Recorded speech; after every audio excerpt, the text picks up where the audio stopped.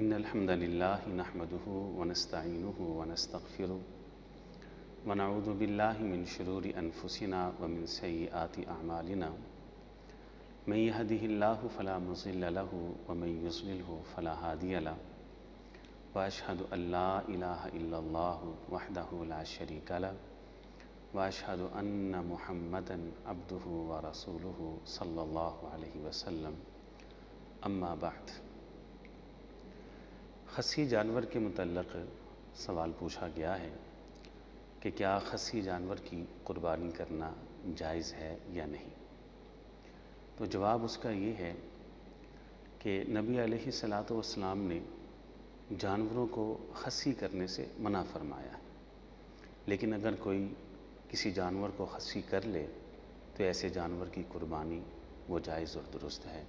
اللہ تعالی ہمیں سمجھ کے عمل کی توفیق عطا فرمائے۔ وآخر دعوانا ان الحمد للہ رب العالمین۔